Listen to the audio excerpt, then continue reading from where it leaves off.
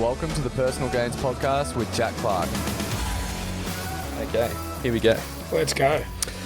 Welcome to episode 7 of the Personal Gains Podcast. I'm here joined with Michael Harrell. Thank you so much for joining me. Mate, ever so welcome, Jack. Thanks for having me. Yeah, no worries at all. I look up to you, mate. Every time I go pub and walk past, get a coffee in the street.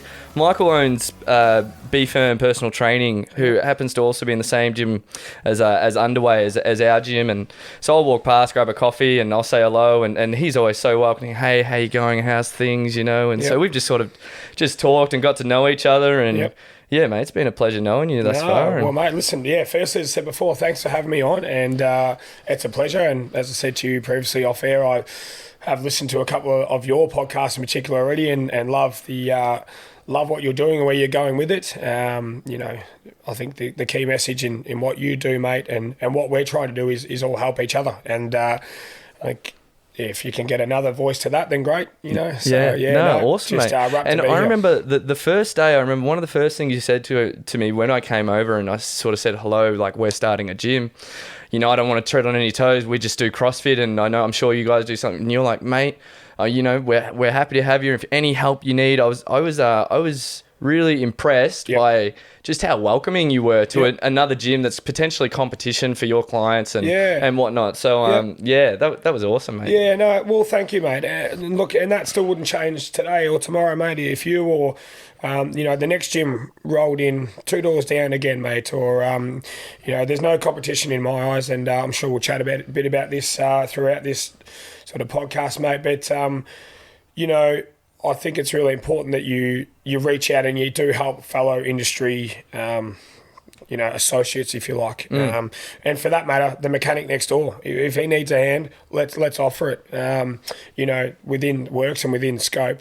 Trying to obviously do what you do best, but at any given time, I think the more that people can help each other and better each other, that's what we sort of stand for. But and me why? as a person. Why do you think that's important? Yeah, good. Because I think there's so many people that just don't do it, mate. To be honest with you, you don't see it enough. No, you don't. And there's no better feeling for me than being able to give. I think the true form of leadership or being the better person. You have to be a better person, but to be a good person is to be able to give. I'm a big believer, mate, in you give, you'll receive. What goes around comes around. Those sorts of analogies, if you like, mate.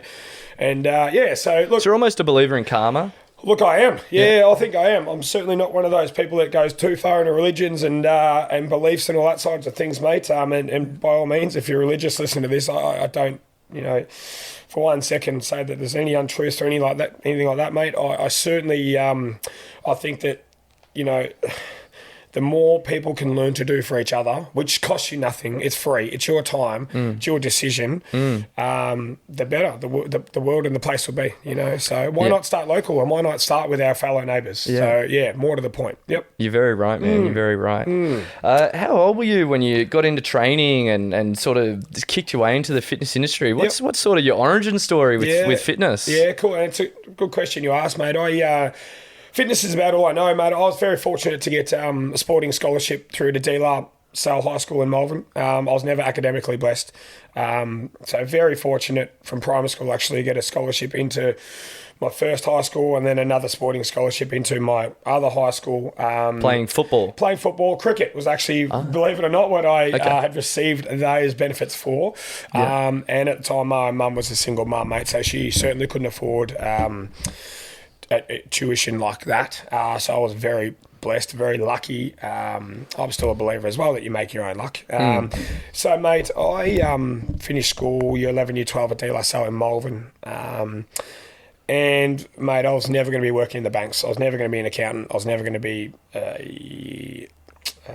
you just knew solicitor. Never going to be working by the computer. It just was not me, mate. Anyway, mate, a mate come along at a football club back at Oakley where I used to play in the amateurs there and said to me, Mickey, do you want to go and do an air conditioning apprenticeship? I said, look, mate, I'm doing my fitness course at the moment at TAFE, which I Cert 3 and Cert 4 in fitness, 3 days a week. And he goes, that's okay, come and do a day or two with me, mate. And look, long or the short, I ended up my teacher, Scotty Little at the time, ended up pushing my sort of fitness certificate through because he thought I had it. He sort of said to me, mate, you've exceeded in what my expectations are and your learnings and your enthusiasm, and I'm going to get you a job, right now. I said, well, great, let's do it. And so, mate, I was working 2 or 3 jobs at the time once I finished school, and personal training was one of them. And, mate, I started off, it was $10, $11 an hour at Life Power down in Berwick, an old personal training facility where I met Jared, my business partner, which I'm sure we'll touch on, mate. But and mate, I found the industry really challenging. Like I getting up early for not great pay at the time. What's early? Yeah, so mate, like 5 a.m. starts back then. So it was a 4:20, 4:30 a.m. get up as a P plater, as someone working 3 jobs who then went to work at Safeway, and then it was stacking shelves at Campbell's Cash and Carry. I'd get home at 10 o'clock at night and then try and do it all again. And just things become a little bit sort of too tough. And I wouldn't say that my passion for the industry ever left me, clearly, because here I am after being in the industry nearly my whole life. But I just found it, I was probably a little bit immature. I thought, well, this one's less, the pay's not where it needs to be, and I can earn better money doing an apprenticeship. Look, mate, so long or the short, I went off and did a 4-year air conditioning apprenticeship, which is a refrigeration mechanic, mate. It's a fully licensed trade, so, a lot of knowledge has to go in, or electrical testing, all that side of things. It's quite a fair bit in it. It was 4 years. Yep. But on the side, Jack, I kept doing my personal training just at a local gym down in Cheltenham, 2-3 hours a week, just keeping my foot in the door, because health and fitness is about the only way I know. And, mate, the money was great, better with my apprenticeship. And as a young kid, you want money and you want things and you want the nice car and you want the good clothes. You want to be out and go and have a beer with the boys. And I just didn't see myself doing that when I was younger, just finding my way in the industry. But I'd always kept my foot in the door. And, mate, the circle goes of how Bfirm, I guess, started, Jack. I played in a football grand final, mate, down at Trevor Barker Oval. Oh, mate, it'd be about 2003 now, 2004. We lost it, so I don't really remember it. And all that shit. And, mate, one of my good mates, Johnny Rudder, was playing with me, and his good mate, Jared Matthews, came down to watch him. And at the halfway through or the end of the game, I sort of saw this fella walk in, and I was, oh, Jazz, how you going, mate? He goes, oh, Mickey Howard. And he knew I played down there, but we hadn't touched base in probably 3 or 4 years since I'd left him at Life Power, or left the company we both worked for. And, mate, he goes, what are you doing with your training right up? And, mate, he had his own little setup at the back of Ann Street in Berwick, little garage set up, and it was a beautiful studio, mate. He and his wife Tam had built at the time, no kids. And, mate, the relationship for us and the whole journey within the fitness industry for me really blossomed then. I continued working. So I'd qualified as a refrigeration mechanic. Money was great. It got my wife and I a house. The money was, but it wasn't really what I wanted to do. It paved its way for my future, but I knew, and funny, I just took over a mortgage, and I told the wife that I'm quitting my job, and she nearly had a heart attack. She goes, what do you mean you're going to do back personal training full time? Like, that takes too long to build up. We need income. And she was right. But I'm a stubborn bastard, and when I want something, I'll get it, and I'll work for it, and I understand that it takes work. And, mate, I said, no, I'm going to do it. Like, I'm going to make myself into something, and I want to give back. And, mate, from there, Jack, my hours at the gym in Cheltenham started to drop back, and my hours at Bfirm with Jared had just excelled. Mate, he and I went from 0 to 100 in 1 year. We had 20, 30 clients, one-on-one scenario, mate. Within about a year to 2 years' time, we're looking at 70, 80, to a point where we had to change a business model a little bit from doing one-on-ones, because we wanted to try and get more people in to service more people instead of turning people back, mate. Right. So, look, that's pretty much how we got there to that scenario, mate. And, at the time, did I envision it going like that? No. Is it everything I've dreamt of? Yes, it is. Yeah. So, that's how we got there, mate. Yeah, well, that's pretty much the start of the journey. Yeah, amazing. So it sort of sounds like you're just a bit of a non-stop guy. Like, every time I come and see you, like, you're on the go, you're working hard, talking to this person, and I, you came to my house now, and I'm talking to you, you're like, yeah, I'm doing this, I'm doing that. You were doing some triathlon training. I know you're on the bike for like hours on end of the day. Like, like what's driving you to just keep going? Because you're working an apprenticeship, but also doing this PT business on the side as a young fella. Yeah. You're still focused and driven. You're talking about you wanted nice things and you want to go out beers with the boys, but you're still backing up the work, and you've bought a house and et cetera, and end up having a good business and a successful business. Yeah, well, thank you. And I mean, Jack, I think that there's two types of motivations, mate. There's intrinsic and there's extrinsic, and which is one of the things I learned when I did a coaching and mentoring course years ago. And it's sort of one of the things that resonates with me and will always be with me. Now, yes, I did this course when I was a full-time personal trainer, but I think it was always there in me anyway, and that is to live your life. That is to absolutely, I will get every single, and anyone that knows me, I will get every single possible thing I can out of every single possible day. That's like a little mantra of mine. Like the day I wake up, why I have the opportunity, why I'm alive, why I have two arms, why I have two legs, why I'm capable to make decisions, go and live your life. Go and work your ass off, make people happy, make yourself happy. Which it's not possible to do that every single day. We're human beings, mate. But getting the most out of each day, like sometimes the most is, it's a level here, it's a medium, and then sometimes it's a high, like on the, you can grab more. So. Yeah, no, you're right, mate. And you're going to have those days where you go home and you probably didn't get those highs that you thought you had in respects to rewards, or you might not have nailed a couple of sessions you'd like to, or it may be financially you copped a couple of heavy bills on rates and things like that can easily get you down, mate. But I think it's just always been in me to just get the most out of myself. I am 0 to 100, and you can probably hear it right now. But that's me, and I ain't going to change, But when I say that, I think I am getting better at Sundays or days off. I do nothing. Yeah. I am a couch potato. Yeah. Like nothing. Love it. And I don't care. And I feel happy about that. I'm fine with that. Or I'll have days where I don't want to be, I'm not I don't want to be that person, but I'm ready to just have a rest today. Yeah. And that's all about balance, mate. But you got to, because there's the balance, and mate, I'm similar in the way that I deal with a little bit of burnout, and it can just happen in our industry so quickly, because I think we're two in the same, that we both love our jobs. Yep. And I walk into the gym every day and I'm happy to give my whole day to the gym. 100%. And that just snowballs into the week, and then in weeks and weeks after, and I've had some, close people in my life that are like, when it's your day on day and it's your half day, but look, it's my half day today and we're both here doing a podcast. Yeah, so. That's it. Yeah, exactly right. So it just doesn't stop. But just filling the glass back up, back to, half full, or back to wherever you want to have it. Yeah, that's it. Yeah, mate. And I think it's important, anyone listening to this, the message that I could sort of give out for myself personally is that you find what's your balance. Why should I judge that your balance is different than mine? Because each to their own. You live your own life, and as long as you're happy and you're influencing people how you think you can do best, great. Yeah. And I'm so lucky. How many people in this world, or in day-to-day life, get to put on runners, nice comfortable shorts, a t-shirt, a cap, and work your own hours, tell people what to do, encourage people, laugh, smile, have banter. How many people get that in their jobs? I'm so lucky. I'm so lucky. You might go, yeah, Mick, you've created that as well, and I'll accept that. But at the same time, mate, I'm very fortunate to be in the position I'm in. Again, you go back, you make your own luck. Right. Do you know what I mean? I still resonate to that a lot. The harder you work, the luckier you will get.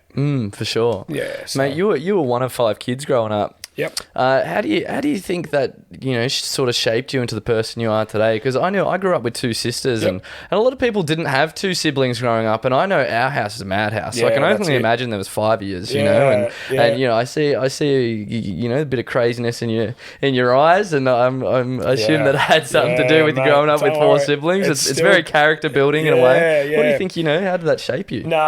Everything. It is me, mate. Look, I've got a pretty deep family history in respects to it has not been all rosy. It's been quite the opposite, but it builds resilience, it builds character, and it unites those that want to be united, I believe, mate. Right. I've loved it. I'm the oldest brother of 4 other beautiful kids. Toddy, Brad, who's 3 years younger than me. Toddy's 3 years younger than him. They're born on the same day, 3 years apart. Go figure. That's crazy. Yeah, weird. And then my 2 little girls, my sisters, to my stepdad, Warwick. So, mate, between me and my younger sister, Tara, we're 17 years apart. So, mate, and I love those girls like no tomorrow. I love my brothers. Just, we're as tight as we can possibly be after some pretty unfortunate circumstances of late, mate. But, us boys have always had mum and dad separated from when we were young age. And even my younger sisters have also, unfortunately, been dealt the cards of having parents, rather split up from a young age as well. So right.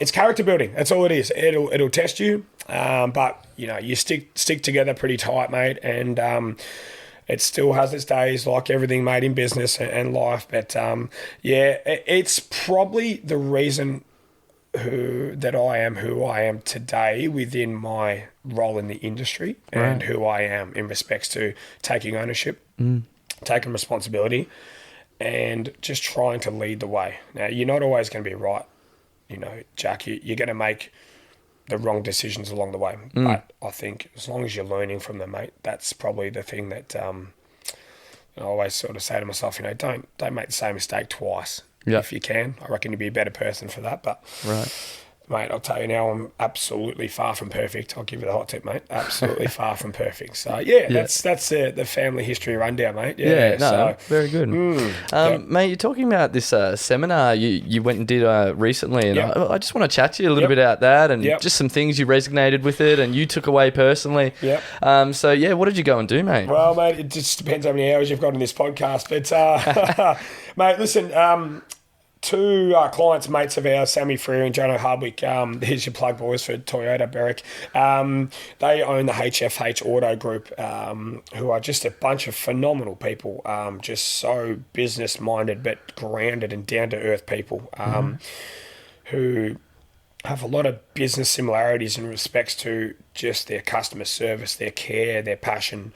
And myself and Jared, my business partner, are extremely, extremely lucky to be invited along down to Cape Shank National Golf Course down there, RSAV Club, to go and listen to a fella called Ben Crow. So, Crow, if you ever do listen to this, which you probably won't, but there's a plug for you too, mate. He's got a little space on Instagram called Mojo Crow. Anyone listening to this, I highly recommend you spend 5 minutes on that page because you will be blown away. Mate, I was lucky enough to get 3 hours, Jack, to listen to this man just put my life into perspective in a really timely way too, mate. I think there's a lot going on in everyone's life, but with COVID and all the challenges that we've been faced in our industries, mate, as you would know, we hit the hardest. I don't care what anyone says, we're the first ones cut off and we're the last ones put back on. And, there's no remuneration really in between. And, other people that can work from home and some Zoom classes, that's all great. But, the nucleus of our business is personal training.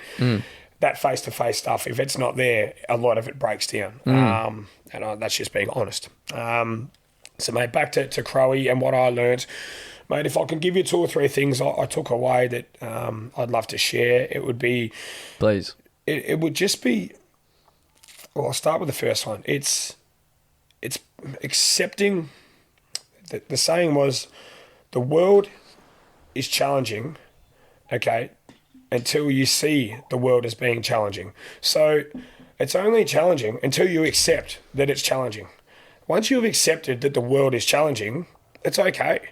If you're fighting that your day is going to be a challenge and that you're facing an uphill battle, you're always going to be facing that battle. If you can just accept that today is going to be tough, we're going to have some decisions we need to make. I'm going to have to put in some hours. I'm going to have to prepare some food. I'm going to have to prepare my hours. I'm going to have to prepare the kids' breakfast. I'm going to have to...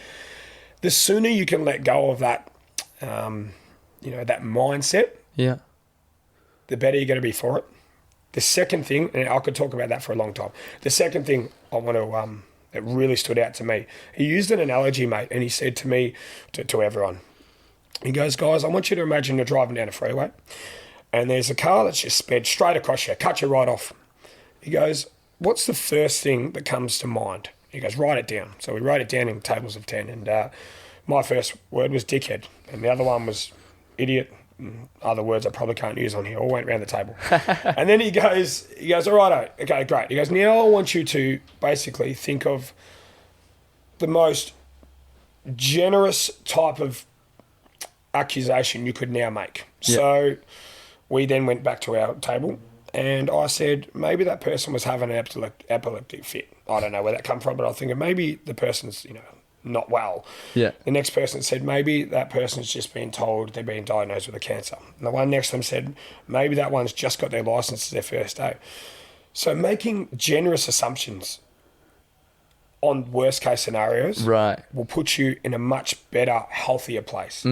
Instead of just thinking that guy's a dickhead, or that guy cut you off on purpose, or he's got beef, or he's trying to take you out. Yeah. Why don't we look at that? Why don't we look at these situations in life a little more generous? Optimistically. Correct, right? Yeah. Don't just assume. Now, mate, again, we're human beings. We live in a busy life. Everyone wants results yesterday. But I think the more you can take that into your day-to-day life, and I've been practicing it in the last 2 days with my own staff and with listening to my own clients, just making some generous assumptions. Yeah. Probably the second key thing I took out of that, mate.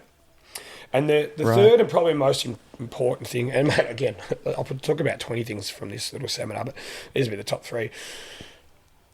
Jack, is accepting that you're enough and accepting that F off to expectation.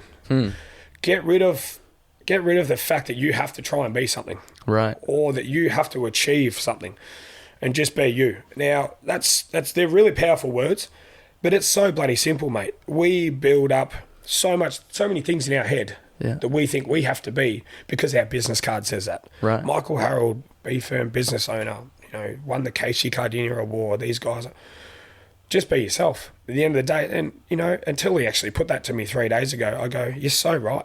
Yeah. We all, and no doubt you would do that yourself, mate. You'd place this level of expectation, and bosses and people in the statistics market would, hey, you've got to hit this performance or you failed. Now, how does that do your mindset?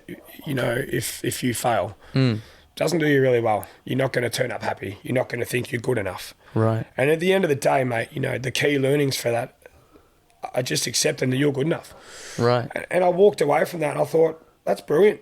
It's a simple analogy that people just need to, the distractions with phone, with social media, or the news and COVID, and controlling the controllables. You hear the cliche all the time, but, and a little analogy says is don't let the conditions distract you. Right. Don't let the fact that it's a windy, cold day out there change your mindset that you can't go for your walk. Why?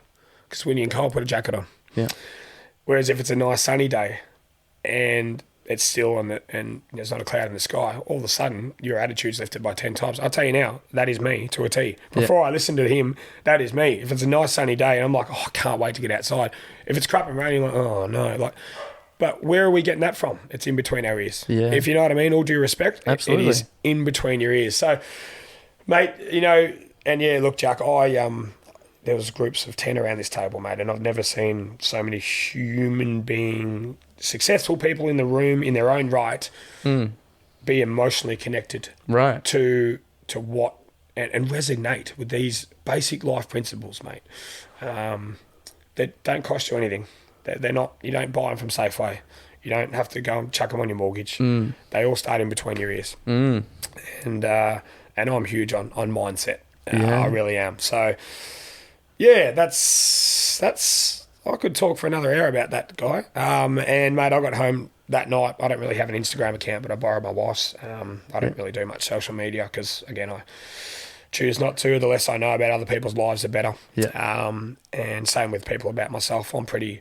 I like to keep to myself. I really do. Apart from what I do for a job, but I think that's why too, Jack. You give so much of your life for 40 hours a week. The other time you like to just find your own time. So, but they're the key learnings, mate, that I took out of it, and I've got 10 pages of notes that I can't wait to share with my own staff and my family. Yeah, awesome. And I got my brother to listen to an Instagram, and he was blown away. He goes, I couldn't wait to get back in the car at the end of work and finish off that podcast.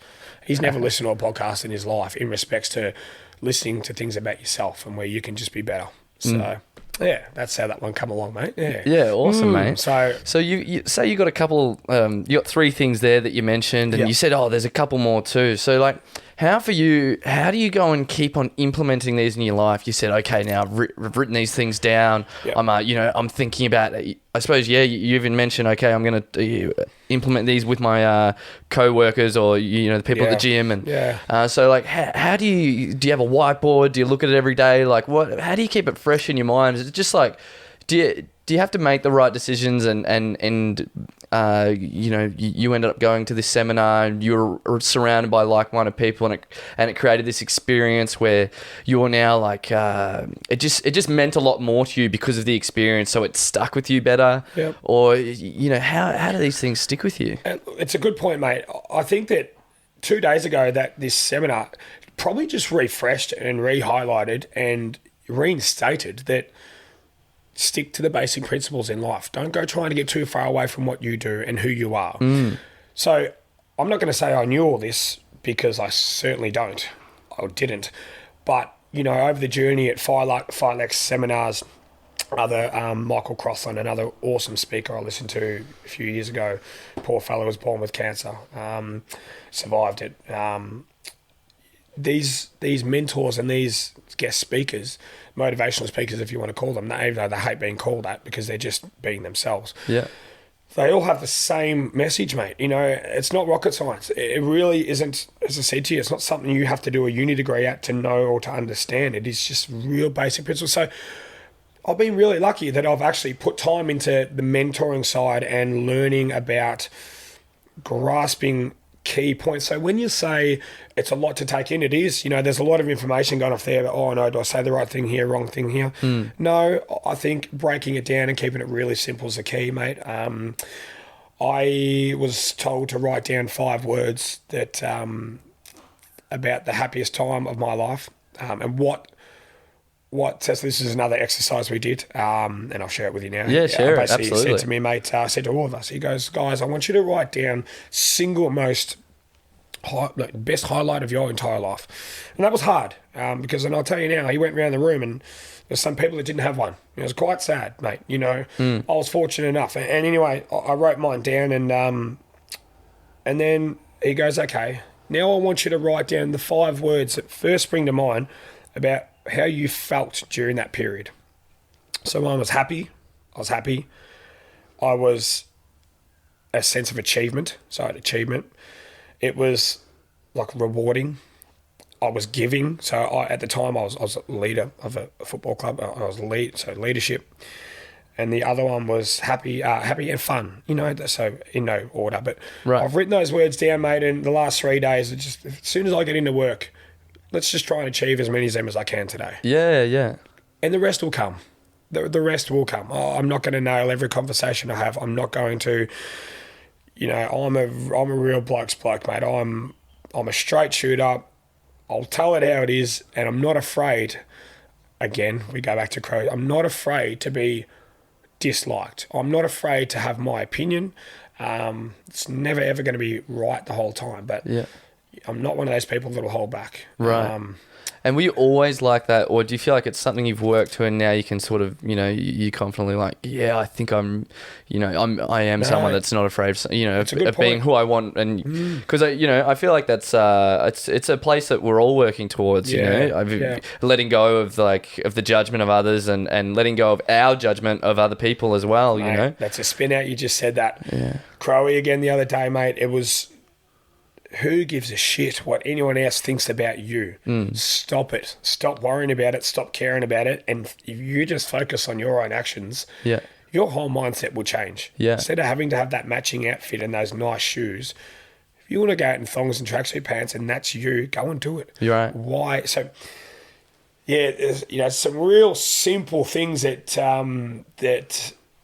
but why we do want to do that? Because everyone on Instagram is putting that on, and they're all wearing this latest fashion, or it all has its place, Jack. I know I'm not knocking this for 1 second. For people's lives that they love that is their mojo. Cool. Like, I'm not knocking that, mate. But if that's what makes them, that's great. But if it doesn't make you that, and you're unhappy being that, or trying to be someone you're not, don't do it. Just be yourself, mate. I think But people don't have the courage to be themselves these days. People don't have the courage. You have to be very courageous, and you need the confidence to be yourself. Yeah. It's hard. So, it's not easy. Mate, I think maturity will be one thing that's certainly helped me get there.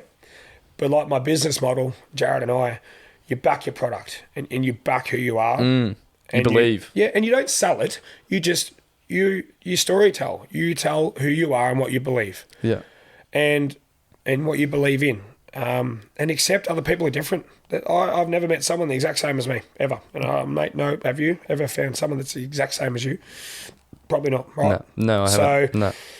We're all different. You just got to accept that. And that's something I've got a lot better at, mate. I was shocking at it 10 years ago. My empathy was below 1. Right. I had no empathy. Like if that person didn't try hard enough, I'm like, well, yeah, okay, you can try harder next time. Right.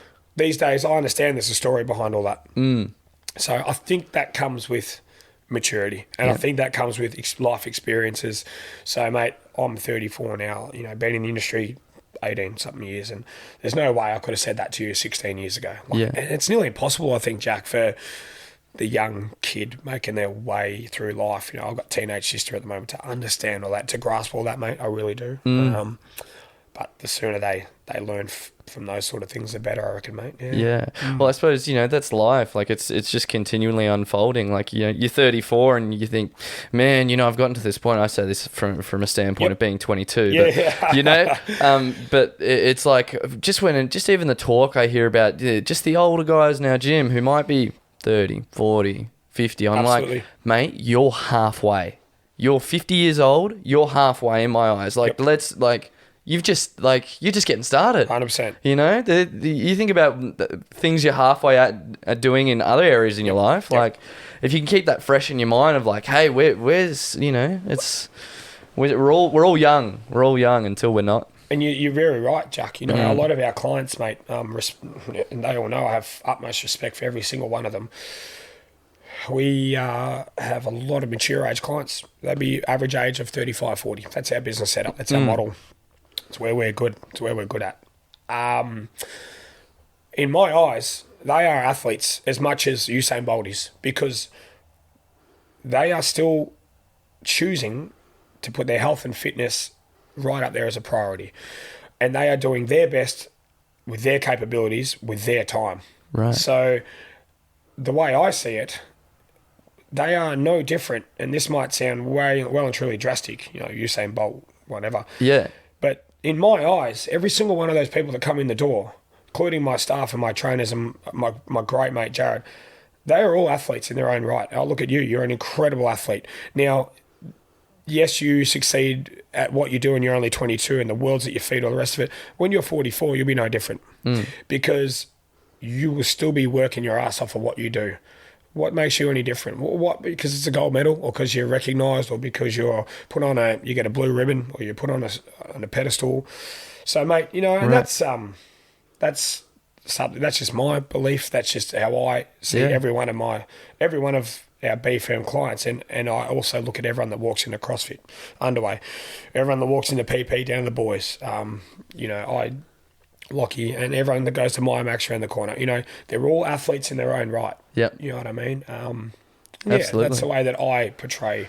You seem like you I don't know, becoming, or you just are a very mindful person. Do you do any like mindfulness practice or meditation? Or I can just tell that you are very conscious of the thoughts that are traveling through your head, and you are very noticed of the decisions you're making, and you're a very self-aware person. I think I'm becoming to see. Yep. Yeah.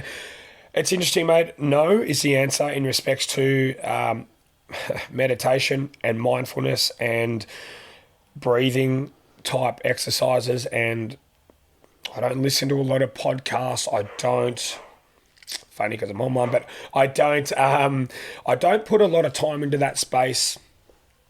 I learn more visually, and I personally learn better from being in the moment with my job, I feel. Now, that doesn't mean that I don't find a reason to get on and listen to these things or do those extra things. But I find, mate, that I let my path sort of dictate who I am and what I believe in and where my mindset goes. I learn from experiences, you know, like and really learn. I don't just look and, oh, yeah, that was cool. I learn, I'm like, that was cool. Like, that goes in that memory bank. You know? Take it in. You're very present with it. Take it in. Right. That's the key. And I stick it somewhere in the back of that little brain of mine. But, yeah, so do I want to do more of it? Absolutely, because I think I'm good at it. Right. Oh, when I say good at it, I think I can help people achieve a better outcome.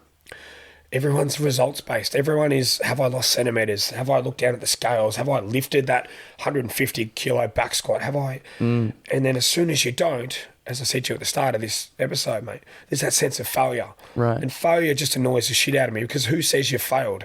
Because you've made up a number in your head. Yeah. Versus, I didn't hit it today, I'm going to just keep working at it, or maybe I should lower the expectations. And again, expectations, who makes them up? Right, us. Right. Yeah, yourself. Yeah, why? Why? Because, because yes, you'll get better. I totally understand that. Yeah. But you're going to keep raising that bar. You tell me one person in life that goes, I've made it. When do you ever make it? When have you ever got up and gone, I'm done? Like, no one is ever going to be 110% fulfilled, are they? Right. So stop trying to be. It's simple, isn't it? Yeah. Like, it's almost like, to be fulfilled, you need to stop trying. 100%. Yeah, to be content, you need to be you need to accept the fact that there's always going to be something that's imperfect. Imperfections. And that's right. And something that you're working towards, and and once you can be accepting of that, then the resistance stops, and you stop trying to force, and then you can just relax, and the seas it's 100%. flatten out. It's 100%. And mate, the biggest thing for me through COVID and whatnot is all about balance. You might think that that I'm this perfect personal trainer who eats 100% perfect, trains his ass off, balance, relationships, everything. It's far from that. Aren't you?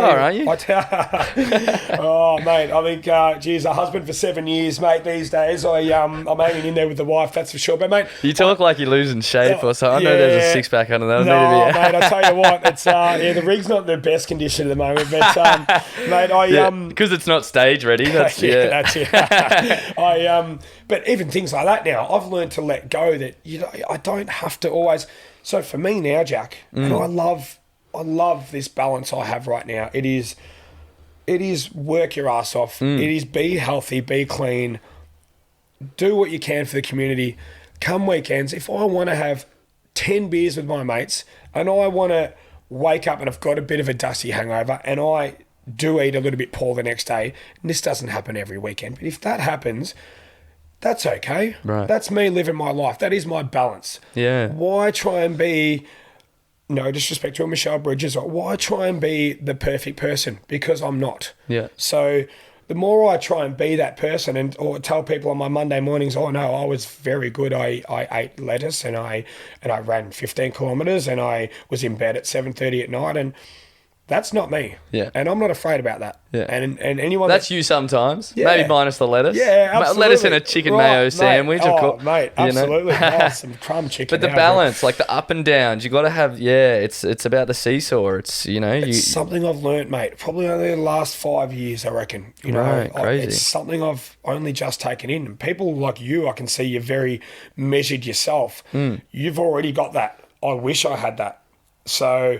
You have to sometimes fall on your own sword before you actually understand what it takes to make you tick. And when I say fall, it just means, well, if something's not quite right, how do I fix it? And I'm probably only just starting to work out in my life what that is for me. Right. So if that means that's me, or if that means I'm doing a 4-hour bike ride, and oh God, people, you're doing a 4-hour bike ride, or I'm going to run a half marathon tomorrow morning because I want to, it's okay. Yeah. Just be yourself, mate. Right. Yeah, it's the biggest message that I can portray today, mate. Yeah. Yeah. Yeah, you're right in the way, in the inverse of that, where, when you want to go and do, like, achieve something big, where people want to sort of tear you down from that, where you might, you might share your training schedule with a couple clients that day, and you'll be like, or it might not be your clients, whoever it is, your friends. Yep.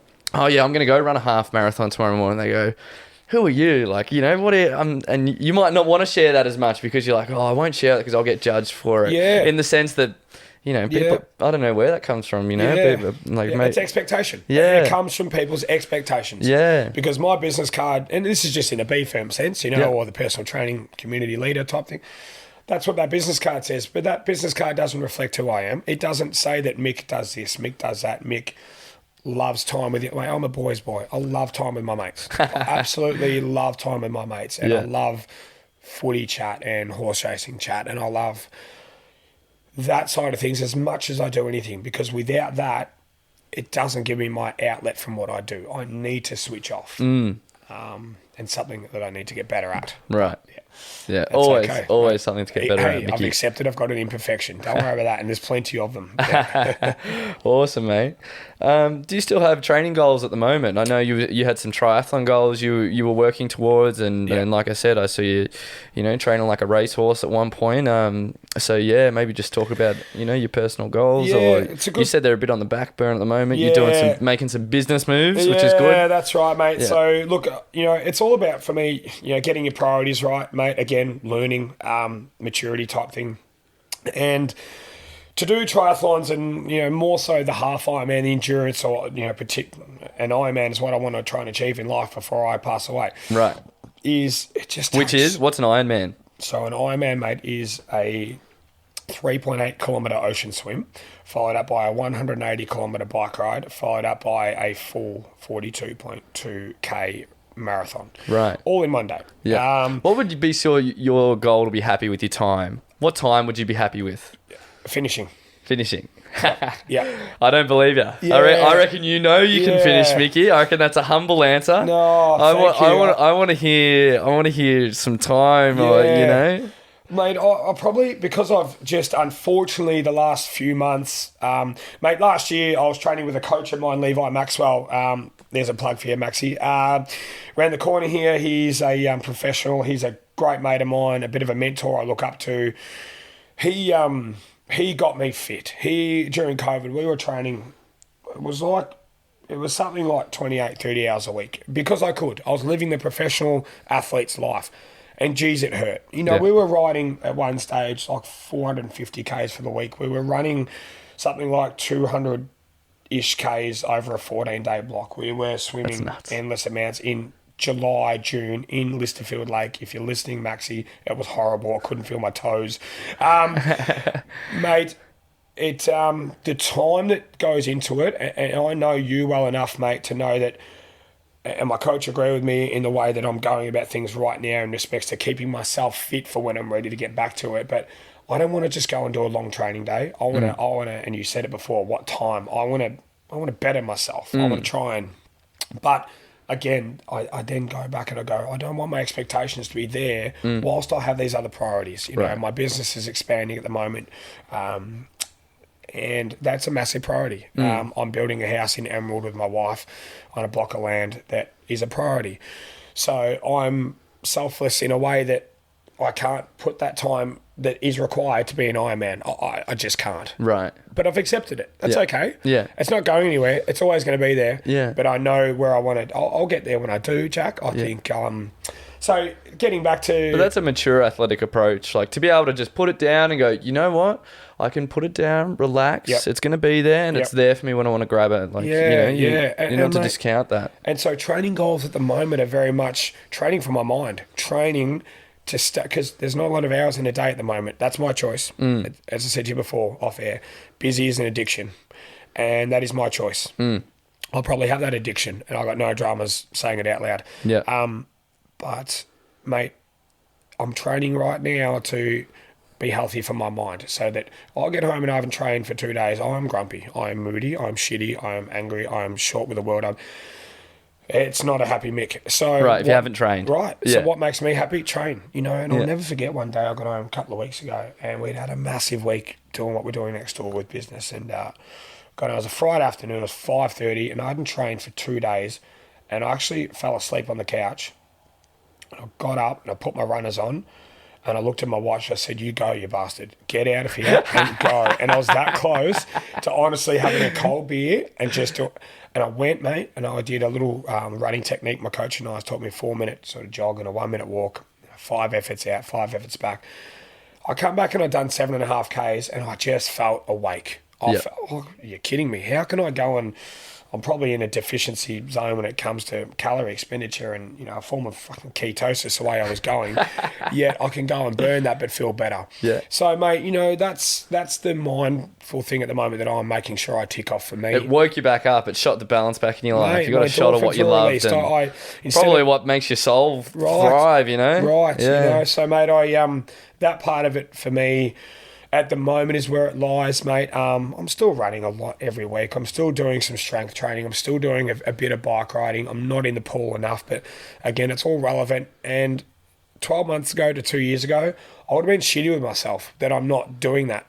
But right now, I'm living in a perspective world where this shit ain't happening for a reason, and that's okay. Yeah, so now it might sound pretty boring to the listeners in respects to the training goals, but you know, our business is to do an Ironman. I don't think so. Well, one day, mate, but more I think so everyone, the current training. whoever's heard of that and even seen the Nutrigrain ads of like of the Ironman, like everyone somewhere back in their head went, you know, oh wow, either they went that could never be me, or man, I would love to do that one day. You know, and mate, my best mate Nick did it, and I flew up to Cairns with him and his wife and his family, and it's the most inspiring thing I've ever watched, a full Ironman, and just watching people, mate, at 11 o'clock at night after they started at 7 in the morning, falling over and getting back up and continuing on. You know, now that's extreme, mate, but that's what you're in for. You are in for an absolute test of every part of your body, every part of your mind.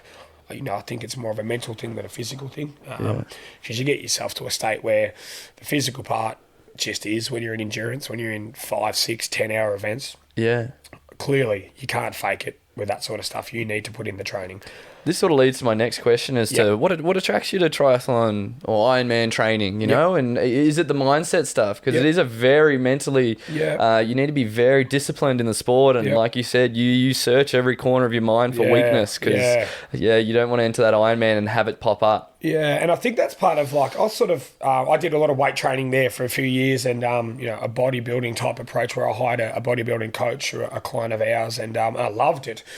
But it wasn't for me, mate. I couldn't go in and lift heavy 6 to 8 reps, 4 to 6 reps, 2 to 4 reps and sit there for 3 minutes and chill out and rest and write down my weight. And then like I got really sore. I certainly blew up. I did the job. Yeah. But I felt overweight. I felt I had 3 chins. I was sluggish. You didn't feel fit? No, that's not my version of fit. Because you were training for bodybuilding and aesthetics? Yeah, right. That was not my version of fit. But for me, it's also about passing this knowledge on to my clients. So I was at that stage where I'm like, okay, I'm going to do this and see what I can pass on now. So I know that anyone comes to me and says they want to get big, you can train as much as you like and lift as heavy as you like. If you aren't getting the calories in your body, if you aren't eating efficiently, don't bother training. Right. Because you're wasting your time. And I mean that with all due respect. So they're the key learnings that I take out of that, because back in the day as a personal trainer coming through, right, well, you lift heavy, you're going to get big. You do 6 to 8, you do that 5, 6 sets and you will bulk up. Yeah. You know, and you probably will. But if you want to, you know, speed up that process and you want to really get serious about it. So the key learnings were what I was also interested in, mate. But it wasn't enough for me. And a lady, Sarzy Hume, is another sort of mentor mate of mine who used to train alongside Jared and I back in the day, mate. She's an absolute legend. You know, she knew straight away. She goes, "This is not enough for you. You're not challenged enough. You're writing down weights." And one day I'd come in and have to do wide chin-ups, weighted, and get 8 reps out. And I wasn't pumped to get up and do that, Jack. You know, I did it, but I wasn't. Whereas this Ironman training in this form of the 3 sort of fundamentals in the one day is really exciting to me. It's challenging. It's not something that's a well-known sport because it's hard. Right. If it was easy, everyone would do it. Yeah. So, and completely respectful to you guys with what you guys do, because I couldn't for 2 weeks try and do CrossFit because I'd be broken. So I have that much respect for that market because I understand that is also just as challenging as what I'm doing. And like I said before with my clients when they walk in the door, these guys are supreme athletes in their own right, let alone me doing my triathlon Ironman training. So, mate, yeah, you know, the challenge mentally with this sort of stuff, I think, far outweighs the challenge with the weight training side of things, or Pilates or that's just not for me. But that's my box. That's my space. That's not for everyone. Yeah. So, yeah, I just loved it. I love the fact that you have to be fundamentally okay to try and swim and learn technique and then take your wetsuit off and get onto a bike and the adrenaline's going and you're still dripping wet and there's sand everywhere and there's your goggle marks and then, like get into aero position and sit there and breathe and get your heart rate down that's at 180 because you just come out of the pool and you run through sand. Anyone that hasn't done that, try it. Have your nutrition right, have the right setup on your gearing system ready to go, And then the last fundamental of getting up and trying to find your legs. I'm sure you've got 2 legs when you get off that bike, but it just feels like there's nothing there. And mate, like I'm only a baby in this sport too, Jack. I'm not at all. I'm not experienced in it. I'm learning a shitload, and there's a lot more people far more experienced than me. So I can't say that I know enough about the sport, but I certainly know enough to know how to train people and assist them with those fundamentals. But anyone that needs to take it 100% serious, I would pass on to someone like my coach or better because I'm not a professional in that space. Yep. And that's one thing too, mate, we didn't probably speak about before is, within our business circle is if someone come to me and said that, look, I really want to focus on CrossFit, I'd say, mate, look, thank you, but just head down the door there to CrossFit Underway, 100 metres down on the right-hand side. They're brilliant. Go and speak to Jack and the boys. Not trying to have too many hats on within your scope of works. Do what you do and do it well. And I think that's a real key message that people it's probably where they go wrong. Right. Is trying to do too many things. Right. When we've got the help, we've got the knowledge down the road. Stay in your lane, drive fast. Yeah. Yeah. Yeah, and it's okay to try and cross lanes, but just don't go too far, and even having your doctor's hat on or you can become a counsellor. You can become, you're a soundboard. Oh, yeah, man. But you got to take that hat off for a second and just stay in your lane. It's just hard to do. Yeah, it is hard to do in our industry. Yeah, for sure. Mate, how do you tackle a long triathlon or half triathlon event? Half Ironman event. What's sort of going through your mind? What are you thinking about as you're going through? What are some dark moments and how do you get out of them? Yeah, good point. Well, mate, look, the first one I ever did in Greater Western Sydney was for a charity for my mum's cancer cancel. That I was just adamant that I just had to finish. I did not give a shit about times, mate. I didn't give myself long to train for it. I was adamant that I'm doing this for my mum. And mate, when you say how do I prepare for it, we drove up 9 hours to Sydney, and my family come up, and it was the most wonderful time of my life. But we my preparation wasn't great. I was receiving numerous amounts of messages and support, which was great, but it also sidetracked me from what I needed to probably focus on, and that was preparation in the time, that's 48 hours before. Right. And mate, I severely punctured. So I did my swim, and I was pretty happy with my time, but I didn't care. I wanted to do it for mum. It was not about times, And honestly, back then it wasn't matter. I was pretty fatigued, pretty tired, pretty run down, and emotionally what I'd been through, it was a massive thing, mate, in my life. And got on my bike, and mate, I actually beat my bike time by like 15, 20 minutes. And I thought, hang on, like, something's not right here. Like, I smoked this ride. Yeah. Adrenaline, clearly. And, mate, within the first 2Ks of my half marathon, and my running's one of my best attributes, not speed, but endurance. Like, I'll be there all day. You won't shoot me off. I'll be there all day. 10 hours if you want to run, I'll be there. Yeah. Mate, I punctured within the 2Ks. I was walking. Yeah. And I had a photo of mum in my left hand, and I just melted. I was walking and my back was so sore, my lower back, and I've never had a back issue in my life. Like, I'm not strong, but I'm not weak. I've always been fairly sound in that area. Right. I couldn't run. Yeah. And, mate, I tried. And I ran, and this 45, 50-year-old come past me. He goes, mate, keep going. You're all right. It was hot. Sun was beaming down. I had tears coming out my eyes because I'm like, fuck. I was like, just run, Mick. You can do this. You've got this. Ran for another 3Ks. I reckon I got out and stopped and walked through the first water station at the 5K mark. Yeah. I can't do this. I was like, I'm 15Ks away and I can't run 3Ks at the moment. And, mate, that's where, I was in a dark hole. But, and I was never, ever going to fail my mum. You could cut off one of my legs and I would have never failed my mum. I could have cut off 2 of my legs and I would have got there in a way. But, mate, it was more to the point that, you just had to find a way, and no one's there to help you. No one's there to. You got to dig deep and find out why you're doing it and your purpose and all these things. This is a half Ironman, Jack. This is not a full Ironman. I wonder what those people go through, and I'm going to be one of those one day. But so, mate, look, we got there, we did it. It was an emotional roller coaster, mate. I was a mess. Like, I was so proud of myself and my whole family. I think we'd raised nearly $50,000 to the Cancer Council, and That's amazing. Yeah, huge, mate. I was blown away with the response. I had the local community papers and charities, other charities backing me in, and cash donations to help me and the wife on our journey up there. And and I think all of that, I didn't take it on my shoulders, but I just I did. I felt that pressure of like, you better get this done. And mate, anyway, long story short, I finished it, mate, and I thought, all right, I'm a stubborn bastard. I want to beat that time. And that was where, mate, I hired a coach, Levi, as I spoke about before. I'm a stubborn bastard. Probably, I'm a stubborn bastard. That can be the title of this. And, mate, I thought I want to better myself. My business was really well set up where I had some really good staff. One of your good mates, Benny Boy, Nico, my best mate, Phil was flying. I had Ali Girl fly. We had all of our team flying with their hours, and I was able to back off my hours to a degree where I could get in a decent amount of training and have that balance, mate, and that was my outlet. Yeah. Little and behold, I went over to New Zealand and with the wife, and it was 2 days before it was a day before we flew back in. They'd locked Australia or Victoria down to COVID. Oh, wow. Yep.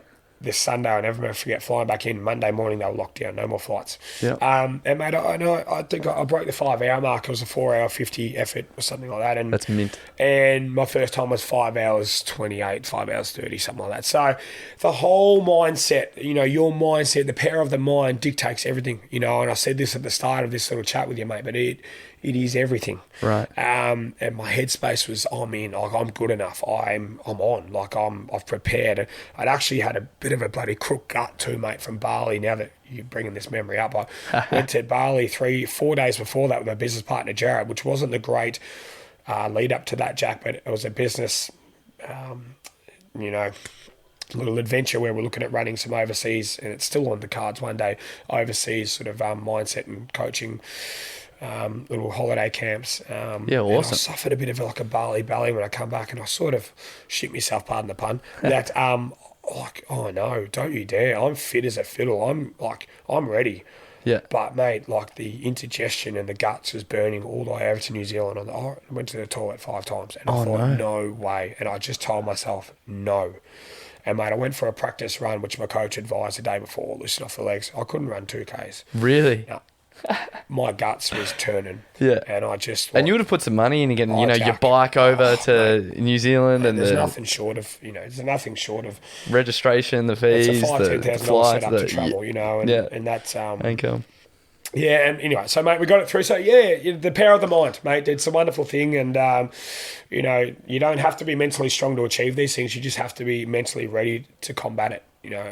Again, not everything's going to go to plan. Yep. These are things that the conditions. Oh, that was one thing I forgot to mention. My bike seat dropped on me after about an hour in. So when you unpack your bike, you need to set your bike back up and lock everything in and blah, blah, blah. Right. So little and behold, I thought I'd locked it in tight enough. Yeah. And about an hour into my ride, I went over a bit of a bump and my seat dropped. Oh. And I can tell you now, when your seat drops, you're up shit creek with no alley. Yeah. Because you cannot lift that seat and tighten it up without the right tools, and you don't have those tools when you're out. Yeah. Right, you didn't take it like not an Allen key. You didn't want to stop stations, water stations. No, even water stations. So I rode with my bike seat about a good 2 inches lower, which burnt the shit out of my quads. Yeah. And my hammies, and I was clamping in my cars because it makes such a big difference to the dynamics of where you're sitting. Right. So. But they're things that in the past would have really got to me. I was like, just deal with it. Yeah. Deal with it. It's okay. Deal with it. So, so cop it, sweet, and get on with it. Right. So that was interesting. Yeah, now that you bring that up, mate, that was a real interesting part of that race. Yeah, very cool, man. But we got there, mate. Yeah. So, well done. Great experience. Yeah, thank you. Yeah, so. Just to wrap up, mate, my last question for you. I just want 2 to 3 fitness tips for your everyday person, everyday person in life, or things you do in your own training. Just, they can be as basic or, as complex as you like. You've been in the industry for a while. I just want 2 to 3 tips that you've got. Would you say this is for the athlete that's doing their own training, Jack? Would you say that this question's more I want it for anyone that could walk into your gym. Yep, yeah, absolutely. So, look, anyone that's listened to this the whole way through, and I hope they have an appreciation for Jack and the time that he shows into other people, that getting back into that space of accepting who you are, it's such a key message. And it's great to further yourself. It's great to develop yourself. It's great to better yourself. That's what we all live to do, but not everyone lives to do that, but just accepting that being present and being enough is enough. That'd be my first tip that I've learned over the journey. So I see so many people set themselves up to fail. I'm doing a 4-week detox. I'm on a juice cleanse. I'm fasting for 12 hours and I'm eating for 12 hours. I'm doing isogenics. Oh my God, my head just spins. I go, okay, this is great, but is this sustainability? Is this what your life looks like? Is this what you're teaching your kids? Right. Is this what really reflects you? And so these are things I get back to, mate, that it's about balance. That's my second and probably my final tip to give you, mate, is that you've got to find balance. And I'm so big on it, mate, that people just are so addicted to their phones and so addicted to what the world's telling them. You scroll onto your Facebook feed and Instagram and whatever, Snapchats, and all you're seeing is information that's filling your brain, and then you're making a decision based on that. Had you not read that, you wouldn't know about that and you wouldn't have formed an opinion on that. How do you know that story is true? Yeah. And, I've got a few mates that are in the AFL system, and so many stories that come out actually not relevant to exactly what happened. Yeah. And then, that's just the AFL side of things, mate. That goes all the way through to every single social media feed. And mate, I just think... Even just in the way of you look at someone's feed and it's this beautiful person, but, in real life, you go and see them and then it's not as flash, It was the 9 out of 10. It's the classic catfish story, Exactly. And just constantly seeing beautiful people and what that message sends to you of who am I? I'm not this beautiful. That's right, mate. It's probably the key message, mate, but be happy within yourself. When I say get a balance, get your sleep, get your water intake, have a nice, healthy, balanced, I hate the word diet, have a nutrition that suits your lifestyle. If you're a busy go-getter, pre-plan something that you can take along the way. If you've got a microwave at work, make sure that you've got your lunch in there ready to go rather than going and buying it. Simple little things that can change the way you attack your day. Instead of trying to binge drink when you get home, instead of cut out 5 days, just do it twice. Right. And then just cut back. There's some real basic steps that people say. If you're a heavy smoker, instead of having 50 cigarettes, back it off to 30 for me first. And then we'll see if we can break it down again. And if you can't, that's okay. But, people breaking down things rather than just try and stop. And mate, I had a new lady yesterday I've taken on, severely overtraining and severely undereating, and no surprises, Jack. She's not sleeping well. Yeah. She's constantly tired. She's never got enough go-get for her kids and her family. And there are so many deficiencies upon her lifestyle. And all we had to do was change a few of the mindset things to go, okay, how are we going to change them? And that's not reinventing the wheel. There's nothing in the dictionary that says that I should do A, B, C, D.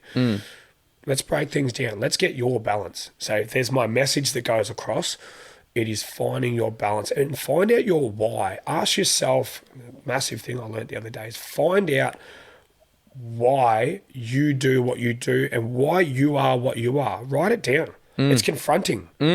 Write it down. What makes you...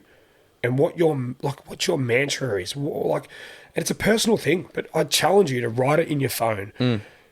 We all do it for our businesses. We write down what our mission statements are, and what they stand for. Do it for yourself and write down what represents you, and just stick to it. And don't change it for no bugger. Yeah, because you're enough.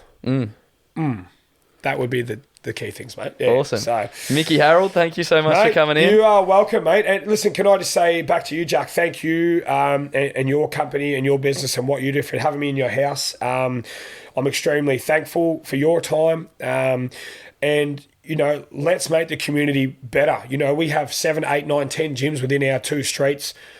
We're all there to help each other. If someone's down, we lend a hand. And if someone ever needed advice, we offer advice. If I needed to ask a question, I ask a question.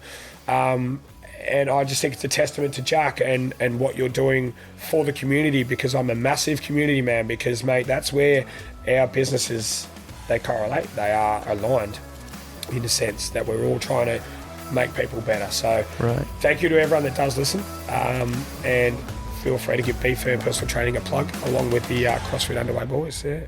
Awesome. So, all right, awesome, mate. Thank you, Good Mickey. stuff. No worries. Thanks, guys. Appreciate it.